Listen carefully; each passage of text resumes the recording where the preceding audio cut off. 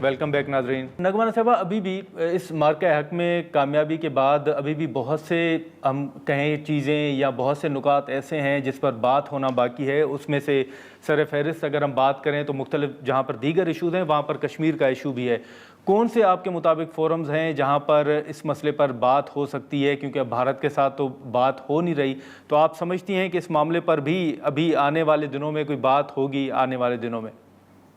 دیکھیے، اس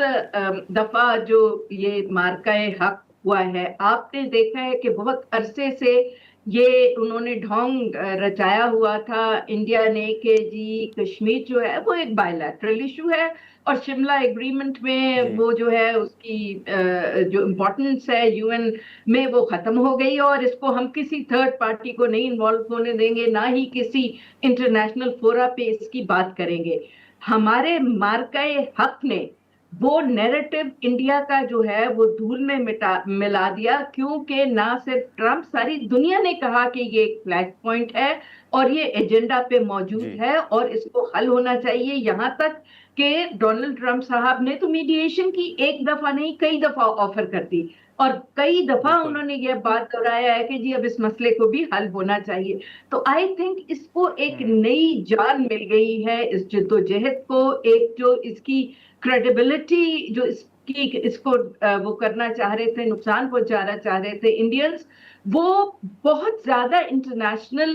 فورا میں اسٹیبلش ہو گئی ہے۔ اور اس وقت ہم جس پوزیشن میں ہیں، الحمدللہ پچھلے ایک سال سے جیسے ہماری پوزیشن مستحکم ہوتی چلی جا رہی ہے، اور اب ہم ایک بہت بڑی مڈل پار کے طور پہ بہت ابھر کے سامنے آئے ہیں، تو نیچرلی ہمارا نیریٹو جو ہے وہ بھی مستحکم ہوا ہے اور لوگ ہماری بات بھی سننے کو تیار ہیں۔ تو آئی ایم شیور کہ اب جیسے ہم ہمیشہ کرتے ہیں، ہم اس سے زیادہ بھرپور طریقے سے یو این میں بھی مسئلہ اٹھائیں گے، ہیومن رائٹس کمیشن میں بھی یہ مسئلہ جو ہے اٹھایا جائے گا، او آئی سی میں بھی اٹھائیں گے، دنیا کے ہر فورم میں ہم یہ مسئلہ اٹھائیں گے۔ اور ہم نے تو ویلکم کیا ہے کہ جی بالکل تھرڈ پارٹی میڈیشن اگر ہو سکتی ہے تو ضرور کروائیں، لیکن جی اس مسئلے کو ہم انڈر دا کارپٹ نہیں رکھ سکتے، بیکاز ہر طریقے سے ہسٹوریکلی، لیگلی، ہیومینیٹیرین اینگل، ہر اینگل سے India is on the wrong side of history, اور یہ مسئلے کو ہم حل ہونا پڑے گا۔ یہ بیسک ہیومن رائٹس کا اور ان کا self determination is a basic human right, اور اس کو امپلیمنٹ ٹھیک ہے، کرنا پڑے گا۔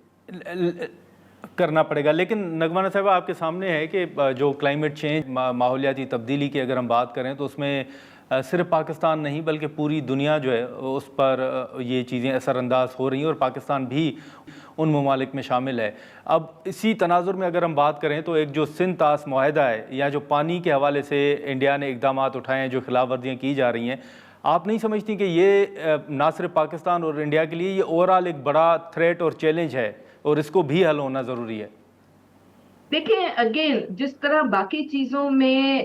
وہ ہٹ دھرمی کر رہا ہے اور as a said wrong side of international law اور ہسٹری ہے، اسی طرح یہ انڈو جی واٹر ٹریٹی کا جو اگریمنٹ ہے، ٹریٹی ہے، اس کی بھی کھلے عام وہ وائلیشن کر رہے ہیں۔ اور